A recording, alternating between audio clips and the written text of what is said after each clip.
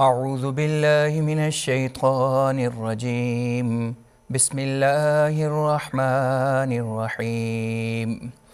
والمحسنات من النساء إلا ما ملكت أيمانكم كتاب الله عليكم وأحل لكم ما وراء ذلكم أن تبتغوا بأموالكم محصنين غير مسافحين فما استمتعتم به منهن فآتوهن أجورهن فريضة ولا جناح عليكم فيما تراضيتم به من بعد الفريضة إن الله كان عليما حكيما. ومن لم يستطع منكم قولا أن ينكح المحسنات المؤمنات فمما ملكت أيمانكم من فتياتكم المؤمنات والله أعلم بإيمانكم بعضكم من بعض فانكحوهن بإذن أهلهن وآتوهن أجورهن بالمعروف محسنات غير مسافحات ولا متخذات أخدان فإذا أحسن فإن أتين بفاحشة فعليهن نصف ما على المحسنات من العذاب ذلك لمن خشي العنة منكم وأن تصبروا خير لكم والله غفور رحيم. يريد الله ليبين لكم ويهديكم سنن الذين من قبلكم ويتوب عليكم والله عليم حكيم. والله يريد أن يتوب عليكم ويريد الذين يتبعون الشهوات أن تميلوا ميلا عظيما.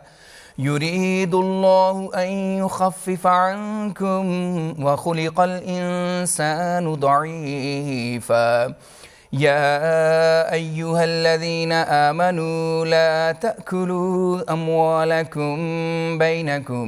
بالباطل إلا أن تكون تجارة عن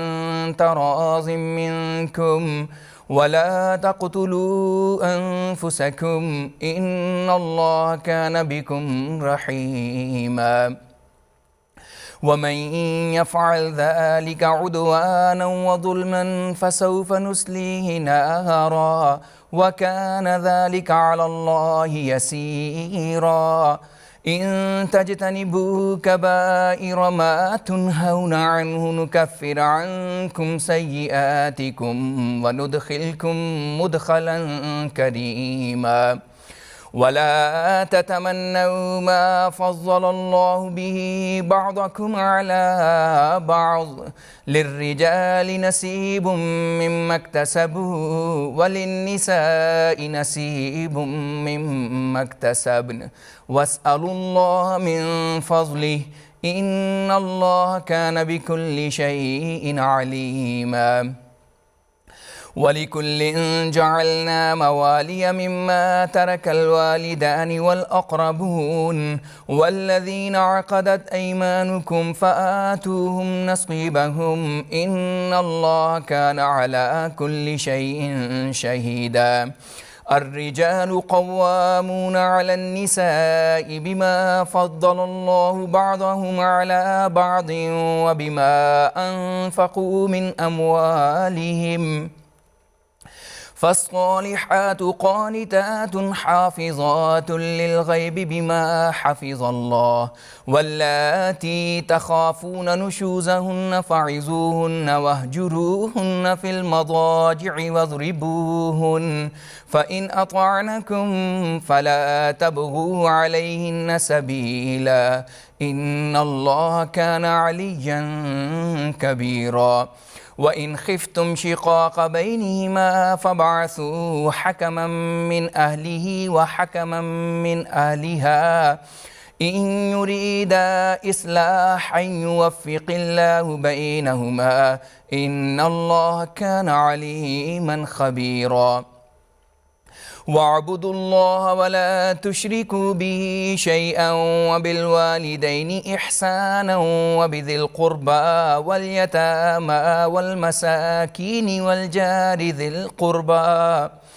والجار ذي القربى والجار الجنب والصاحب بالجنب وابن السبيل وما ملكت أيمانكم إن الله لا يحب من كان مختالا فخورا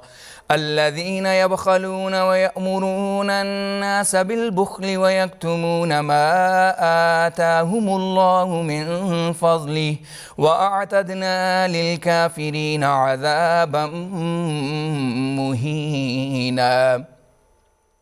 والذين ينفقون أموالهم رئاء الناس ولا يؤمنون بالله ولا باليوم الآخر ومن يكن الشيطان له قرينا فساء قرينا وماذا عليهم لو آمنوا بالله واليوم الآخر وأنفقوا مما رزقهم الله وكان الله بهم عليما إن الله لا يظلم مثقال ذرة وإن تك حسنة يضاعفها ويؤت من لدنه أجرا عظيما فكيف إذا جئنا من كل أمة بشهيد وجئنا بك على هؤلاء شهيدا يومئذ يود الذين كفروا وعصوا الرسول لو تسوى بهم الأرض ولا يكتمون الله حديثا يا أيها الذين آمنوا لا تقربوا الصلاة وأنتم سكارى حتى تعلموا ما تقولون ولا جنبا إلا عابري سبيل حتى تغتسلوا وإن كنتم مرضى أو على سفر أو جاء أحد منكم من الغائط أو لامستم النساء فلم تجدوا ماء فتيمموا صعيدا طيبا فامسحوا بوجوهكم وأيديكم إن الله كان عفوا غفورا ألم تر إلى الذين أوتوا نصيبا من الكتاب يشترون الضلالة ويريدون أن تضلوا السبيل والله أعلم بأعدائكم وكفى بالله وليا وكفى بالله نصيرا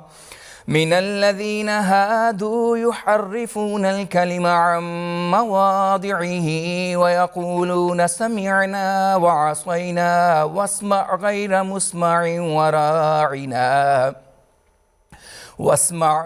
مسمع وراعنا ليا بألسنتهم وطعنا في الدين ولو أنهم قالوا سمعنا وأطعنا واسمع وانظرنا لكان خيرا لهم وأقومه ولكن لعنهم الله بكفرهم فلا يؤمنون إلا قليلا يا أيها الذين أوتوا الكتاب آمنوا بما نزلنا مصدقا لما معكم من قبل أن نطمس وجوها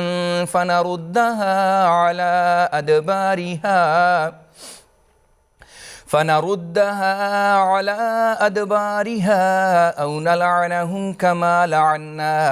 أصحاب السبت وكان أمر الله مفعولا إن الله لا يغفر أن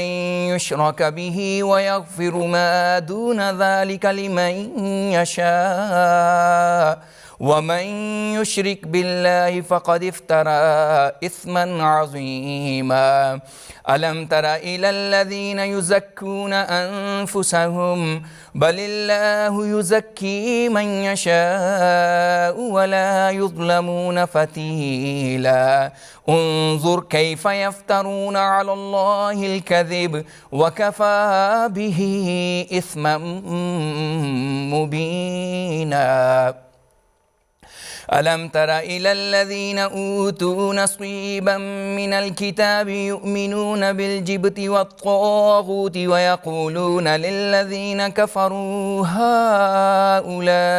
أهدى من الذين آمنوا سبيلا أولئك الذين لعنهم الله ومن يلعن الله فلن تجد له نصيرا أم لهم نصيب من الملك فإذا لا يؤتون الناس نقيرا أم يحسدون الناس على ما آتاهم الله من فضله فقد آتينا آل إبراهيم الكتاب والحكمة وآتيناهم ملكا عظيما فمنهم من آمن به ومنهم من صد عنه وكفى بجهنم سعيرا إن الذين كفروا بآياتنا سوف نصليهم نارا كلما نضجت جلودهم بدلناهم جلودا غيرها ليذوقوا العذاب إن الله كان عزيزا حكيما والذين آمنوا وعملوا الصالحات سندخلهم جنات تجري من تحتها الأنهار خالدين فيها أبدا لهم فيها أزواج مطهرة وندخلهم ظلا ظليلا إن الله يأمركم أن تؤدوا الأمانات إلى أهلها وإذا حكمتم بين الناس أن تحكموا بالعدل إن الله نعم ما يعظكم به إن الله كان سميعا بصيرا يا أيها الذين آمنوا أطيعوا الله وأطيعوا الرسول وأولي الأمر منكم فإن تنازعتم في شيء فردوه إلى الله والرسول إن كنتم تؤمنون بالله واليوم الآخر ذلك خير وأحسن تأويلا ألم تر إلى الذين يزعمون أنهم آمنوا بما أنزل إليك وما أنزل من قبلك يريدون أن يتحاكموا إلى الطاغوت وقد أمروا أن يكفروا به ويريد الشيطان أن يضلهم ضلالا بعيدا وإذا قيل لهم تعالوا إلى ما أنزل الله وإلى الرسول رأيت المنافقين يصدون عنك صدودا فكيف إذا أصابتهم مصيبة بما قدمت أيديهم ثم جاءوك يحلفون بالله إن أردنا إلا إحسانا وتوفيقا أولئك الذين يعلم الله ما في قلوبهم فأعرض عنهم وعظهم وقل لهم في أنفسهم قولا بليغا وما أرسلنا من رسول إلا ليطاع بإذن الله ولو أنهم إذ ظلموا أنفسهم جاءوك فاستغفروا الله واستغفر لهم الرسول لوجدوا الله توابا رحيما فلا وربك لا يؤمنون حتى يحكموك فيما شجر بينهم ثم لا يجدوا في أنفسهم حرجا مما قضيت ويسلموا تسليما ولو أنا كتبنا عليهم أن اقتلوا أنفسكم أو اخرجوا من دياركم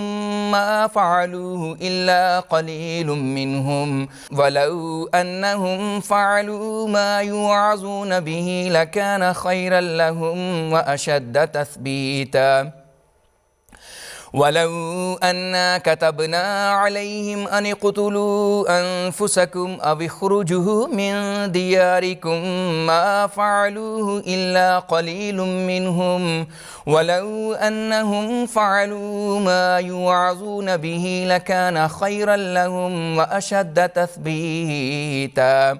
وإذا لآتيناهم من لدنا أجرا عظيما ولهديناهم صراطا مستقيما ومن يطع الله والرسول فأولئك مع الذين أنعم الله عليهم من النبيين والصديقين والشهداء والصالحين وحسن أولئك رفيقا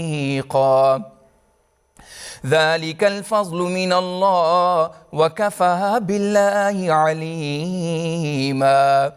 يا أيها الذين آمنوا خذوا حذركم فانفروا ثبات أو انفروا جميعا وإن منكم لمن ليبطئن فإن أصابتكم مصيبة قال قد أنعم الله علي إذ لم أكن معهم شهيدا ولئن أصابكم فضل من الله ليقولن كأن لم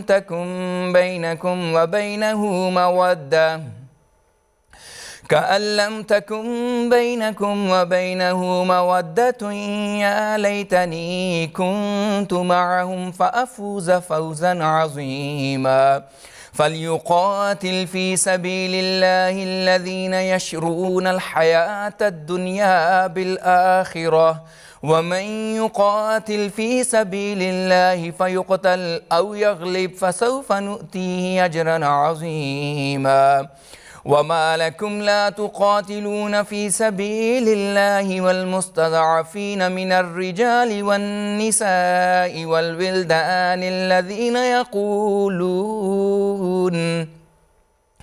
الذين يقولون ربنا أخرجنا من هذه القرية الظالم أهلها واجعل لنا من لدنك وليا واجعل لنا من لدنك نصيرا الذين آمنوا يقاتلون في سبيل الله والذين كفروا يقاتلون في سبيل الطاغوت فقاتلوا أولياء الشيطان إن كيد الشيطان كان ضعيفا ألم تر إلى الذين قيل لهم كفوا أيديكم وأقيموا الصلاة وآتوا الزكاة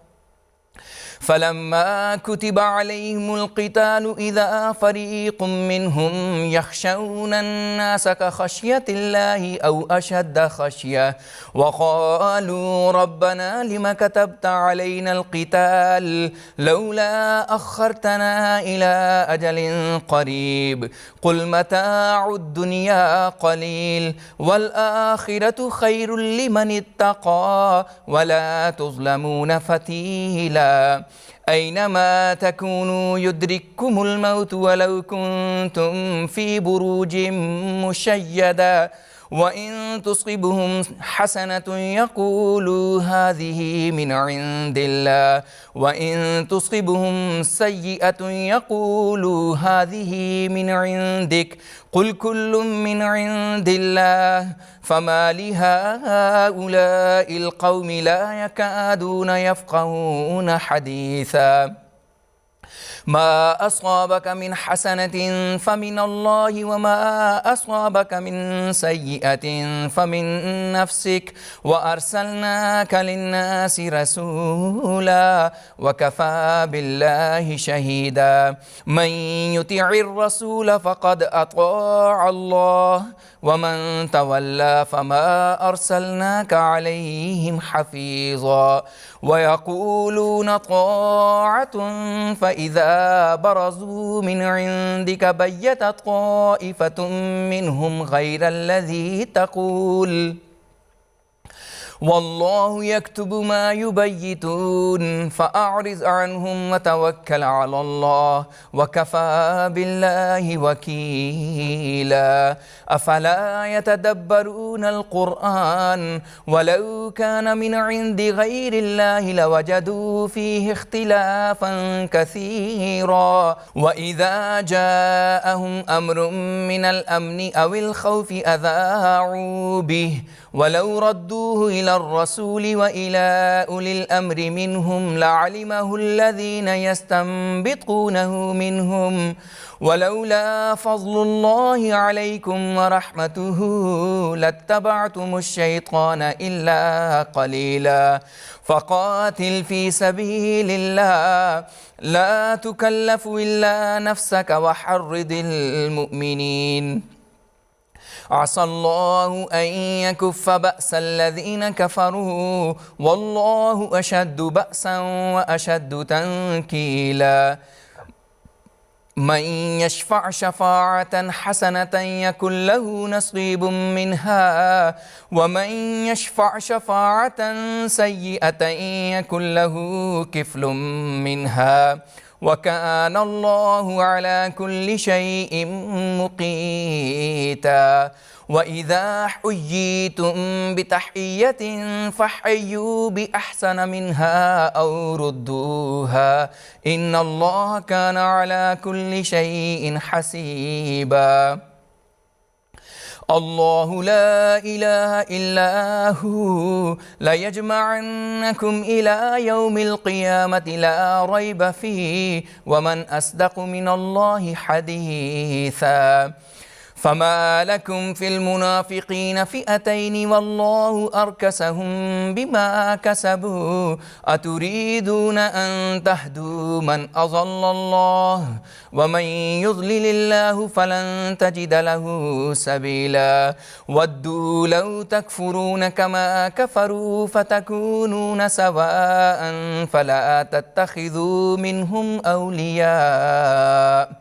فلا تتخذوا منهم أولياء حتى يهاجروا في سبيل الله فإن تولوا فخذوهم واقتلوهم حيث وجدتموهم ولا تتخذوا منهم وليا ولا نصيرا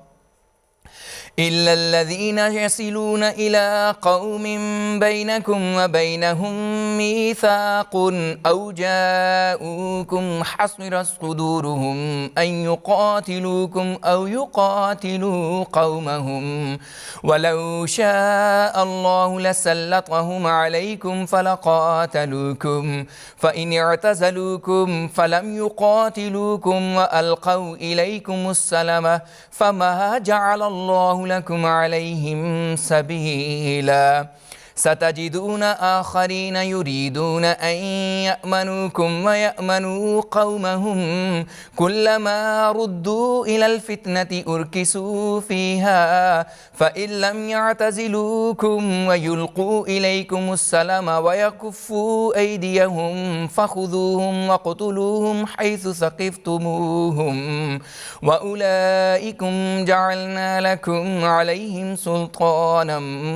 مبينا وما كان لمؤمن أن يقتل مؤمنا إلا خطأ ومن قتل مؤمنا خطأ فتحرير رقبة مؤمنة ودية مسلمة إلى أهله إلا أن يصدقوا فإن كان من قوم عدو لكم وهو مؤمن فتحرير رقبة مؤمنة وإن كان من قوم بينكم وبينهم ميثاق فدية مسلمة وإن كان من قوم بينكم وبينهم ميثاق فدية مسلمة إلى أهله وتحرير رقبة مؤمنة فمن لم يجد فصيام شهرين متتابعين توبة من الله وكان الله عليما حكيما. ومن يقتل مؤمنا متعمدا فجزاؤه جهنم خالدا فيها وغضب الله عليه ولعنه وأعد له عذابا عظيما. يا أيها الذين آمنوا إذا ضربتم في سبيل الله فتبينوا ولا تقولوا لمن ألقى إليكم السلام لست مؤمنا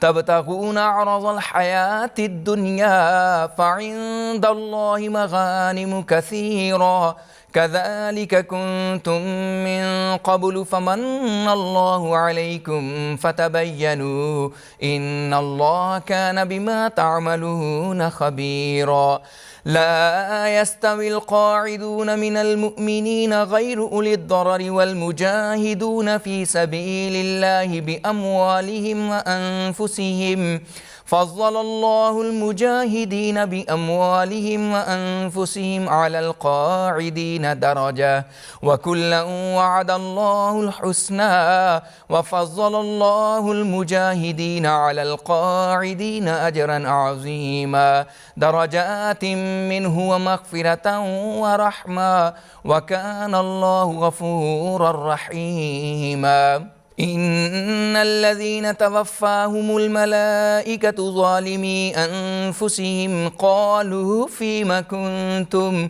قالوا كنا مستضعفين في الأرض قالوا ألم تكن أرض الله واسعة فتهاجروا فيها فأولئك مأواهم جهنم وساءت مصيرا إلا المستضعفين من الرجال والنساء والولدان لا يستطيعون حيلة ولا يهتدون سبيلا فأولئك عسى الله أن يعفو عنهم وكان الله عفوا غفورا.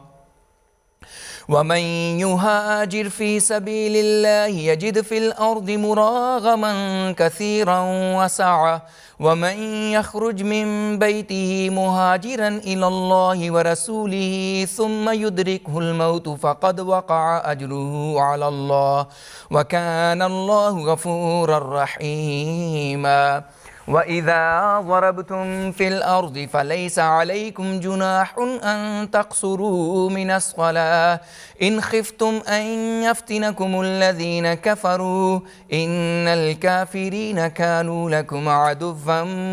مبينا. وإذا كنت فيهم فأقمت لهم الصلاة فلتقم طائفة منهم معك وليأخذوا أسلحتهم فإذا سجدوا فليكونوا من ورائكم ولتأتي طائفة أخرى لم يصلوا فليصلوا معك وليأخذوا حذرهم وأسلحتهم ود الذين كفروا لو تغفلون عن أسلحتكم وأمتعتكم فيميلون عليكم ميلة واحدة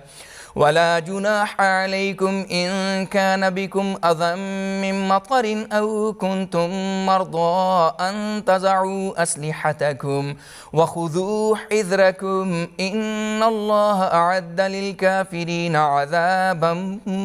مهينا. فإذا قضيتم الصلاة فاذكروا الله قياما وقعودا وعلى جنوبكم فإذا اطمأننتم فأقيموا الصلاة إن الصلاة كانت على المؤمنين كتابا موقوتا ولا تهنوا في ابتغاء القوم إن تكونوا تألمون فإنهم يألمون كما تألمون وترجون من الله ما لا يرجون وكان الله عليما حكيما. إنا أنزلنا إليك الكتاب بالحق لتحكم بين الناس بما أراك الله ولا تكن للخائنين خصيما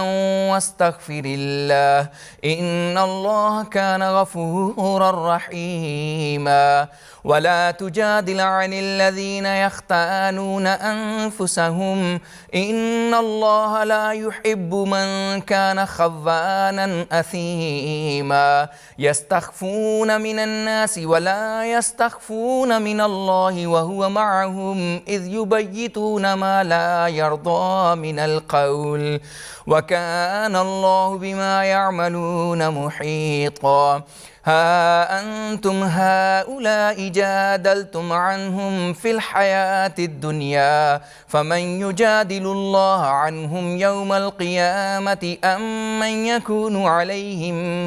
وكيلا ومن يعمل سوءا أو يظلم نفسه ثم يستغفر الله يجد الله غفورا رحيما ومن يكسب إثما فإنما يكسبه على نفسه وكان الله عليما حكيما ومن يكسب خطيئة أو إثما ثم يرم به بريئا فقد احتمل بهتانا وإثما مبينا ولولا فضل الله عليك ورحمته لهمت طائفة منهم أن يضلوك وما يضلون إلا أنفسهم وما يضرونك من شيء وأنزل الله عليك الكتاب والحكمة وعلمك ما لم تكن تعلم وكان فضل الله عليك عظيما لا خير في كثير من نجواهم إلا من أمر بصدقة أو معروف أو إصلاح بين الناس ومن يفعل ذلك ابتغاء مرضات الله فسوف نؤتيه أجرا عظيما ومن يشاقق الرسول من بعد ما تبين له الهدى ويتبع غير سبيل المؤمنين نوله ما تولى ونصله جهنم وساءت مصيرا إن الله لا يغفر أن يشرك به ويغفر ما دون ذلك لمن يشاء ومن يشرك بالله فقد ضل ضلالا بعيدا إن يدعون من دونه إلا إناثا وإن يدعون إلا شيطانا مريدا لعنه الله وقال لأتخذن من عبادك نصيبا مفروضا ولأذلنهم ولأمنينهم ولآمرنهم فليبتكن آذان الأنعام ولآمرنهم فليغيرن خلق الله ومن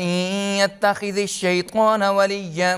من دون الله فقد خسر خسرانا مبينا يعدهم ويمنيهم وما يعدهم الشيطان إلا غرورا أولئك مأواهم جهنم ولا يجدون عنها محيصا والذين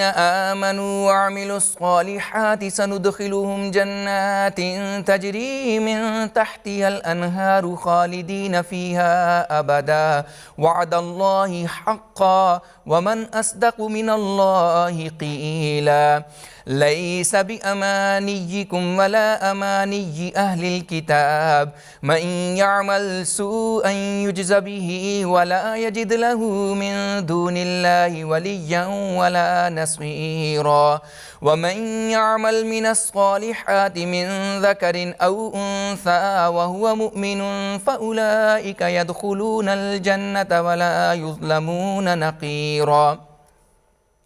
ومن أحسن دينا ممن أسلم وجهه لله وهو محسن واتبع ملة إبراهيم حنيفا واتخذ الله إبراهيم خليلا ولله ما في السماوات وما في الأرض وكان الله بكل شيء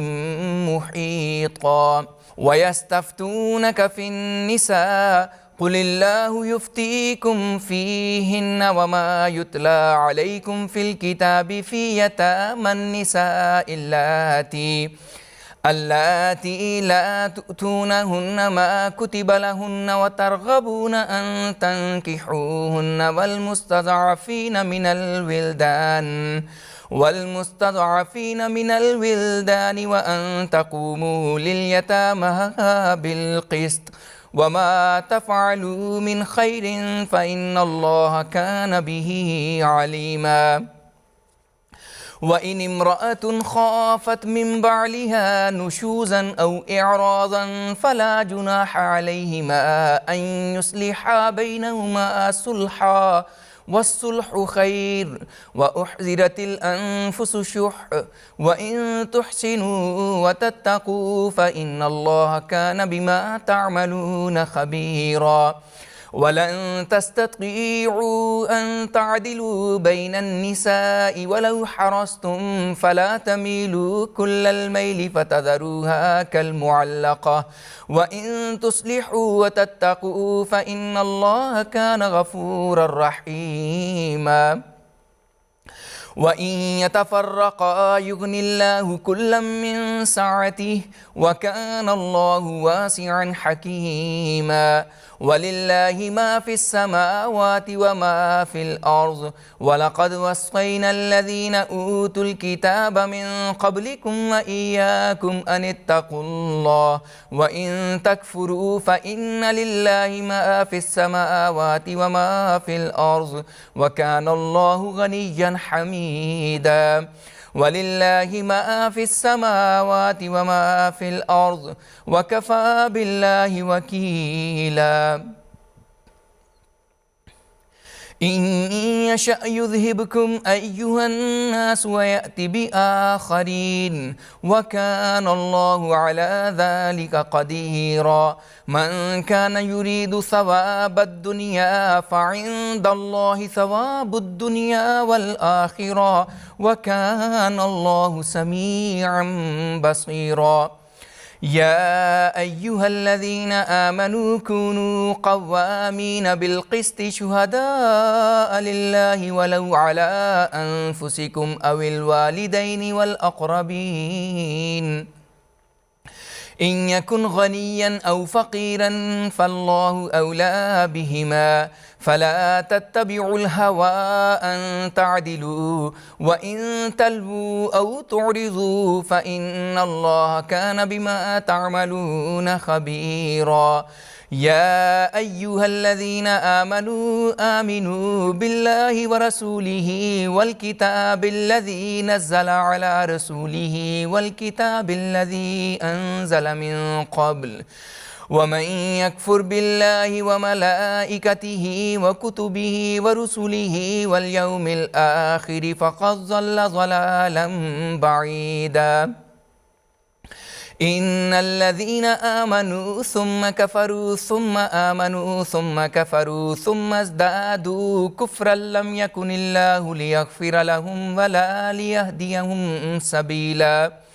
بشر المنافقين بأن لهم عذابا أليما الذين يتخذون الكافرين أولياء من دون المؤمنين أيبتغون عندهم العزة فإن العزة لله جميعا وقد نزل عليكم في الكتاب أن إذا سمعتم آيات الله يكفر بها ويستهزأ بها